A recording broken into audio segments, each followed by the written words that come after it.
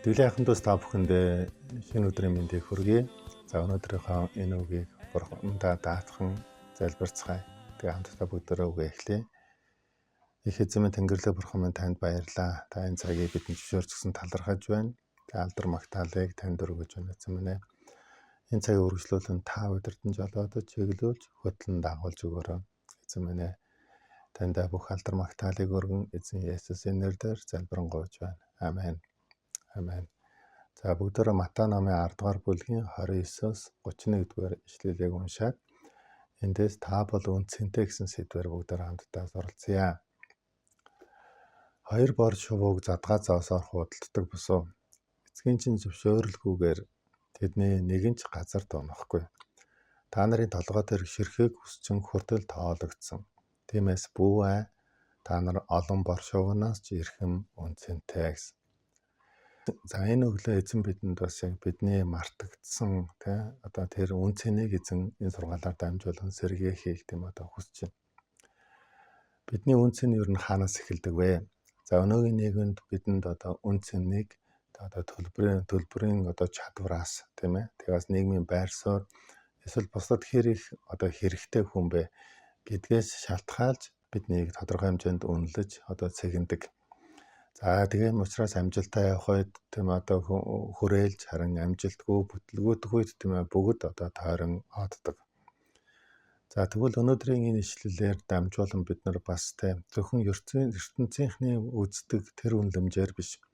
Хүмүүс таны эргэн тойронд байгаа хүмүүсийн үзэж байгаа тэр үнэлэмж тэр үн цэнээр биш, харин таны бүтээгч Бурхан таны ямар үн цэнтэй вэ гэдгийг өргөлжид ариун сургаалуулах Библиэр дамжуулан бидэнд сануулж өгдөг. Бид олон зүйлийг үнэхээр мэддэгч бид заримдаа олон зүйлийг бас мартсан байдаг. Тэгэхээр энэ өглөө ч гэсэн бүгдөө Бурханы өмнө ямар үн цэнтэйгээ эргэн их харцгаая. Бас ямар үн цэнтэйгээ эргэн санаж бүгдөө эзэн Бурхандаа талархал өргөн итгэлийнхаа амьдралаар өргөжлүүлэн амьдарцгаая. За энэ дээр 3 зүйлийг бүгдөө харъя. За нэгдүгээрт нь бор шувуун жишээ ба Бурханы халамжийн тухай энэ гарч байгаа. Хоёр бор шувууг худалдаж авдаг босуу гэж хэлсэн. За тухайн үеийн Израильчууд зах дээрээс нэг зоосоор 2 бор шувуу худалдаж авдаг гэсэн байна. За 2 бор шувуу гэдэг бол хамгийн хямд байгаа. Өөрөөр хэлбэл энийг хамгийн ядуу хүмүүс энэ бор шувууг авч хүнсэндээ хэрэгэлдэг байсан байна. За тэгвэл энэ бол хинч тоохгүй, хинч анзаарахгүй мөнгөтэй баян хүнч худалдаж авахгүй тийм зүйл. Харин мөнгөгүй үнэхээр огт мөнгөгүй хүн л үл залгахын тулд энэ бор шувууг худалдаж авдаг гэсэн. Зарим газарт нь бүр 4 нэг зоосоор бүр 5 бор шувуу худалдаж авдаг гэсэн гинэ. Өөрөөр 4-ийг худалдаж аваад 5 дахь нь үнэгүй ирдэг гэсэн. Тэгэхээр ийм үн цэнгүй зүйлд бас Бурхан хэрхэн хандж байгааг бид нар ишлэлээс харах юм бол тэдний хүртэл Бурхан харж яадаг Бурхан хамгаалж яадаг, Бурхан хянж яадаг, Бурханы зөвшөөрлөд бид нар газарт ундаг гэж Библиэлд тодорхой хэлсэн байна. Энэ нь бидний бүтээсэн Бурханы тэр хамгийн гайхамшигтай чанарыг илэрхийлж байгаа.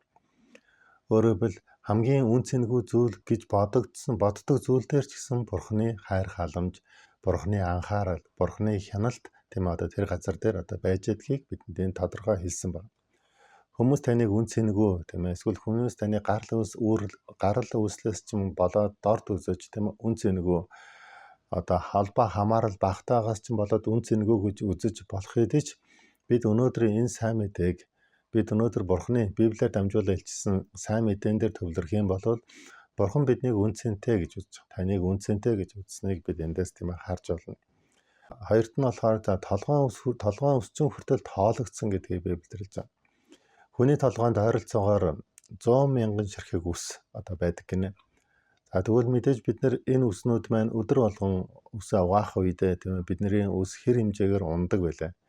За унсан үсээ мэдээж бид нар нэх анзааран тоолж өнөөдөр тэдэн үс унлаа, эдэн үс унлаа гэж бид нар нэх тоолдог, анхаардаг. Тэгвэл Библиэлд эзэн толгойн үсийг хүртэл тоолсон гэж хэлж байгаа. Бид нар заримдаа анзаардаггүй зүйлсүүд олон байдаг. Энгийн зүйлсүүд олон байдаг. Энгийн зүйлийг олон байдаг учраас Энгийн зүйл дээр нэг их анхаарал хандуулдаггүй, нэг их төвлөрдөггүй бол Бурхан хамгийн энгийн зүйл дээр ч гэсэн төвлөрч, анхаарч тэр бидний төлөө ажилласаар байдгийг бид энэ эзэн бидэнд үгээр дамжуулан хэлж байгаа. За энэ зөвхөн тийм тийм тоошрохтой биш, харин Бурханы анхаарал, халамж нь ямар агуу, ямар ариун их байдгийг өнөөдөр тийм энэ сургаалаар дамжуулан сануулж байна. Гуравт нь эзэн бүү гэж хэлсэн байна. Өөрөөр хэлбэл тиймээс бүү. Та нар олон бор шувнаас ч эрхэм үнцэнтэй штэ. Тэгэхээр бор шувнаатаас ч илүү үнцэнтэй нэгэн учраас эзэн өнөөдөр биднийг төгсгөлд нь зоригжуулж Бурхан бидний амьдралыг одоо өнгөрсөн ирээдүй, алс ирээдүй тэр бүх зүйлсийг Бурхан өөрөө бүгднийг мэдж байгаа. Бүгднийг удирдна, бүгднийг хөтлөн дагуулна.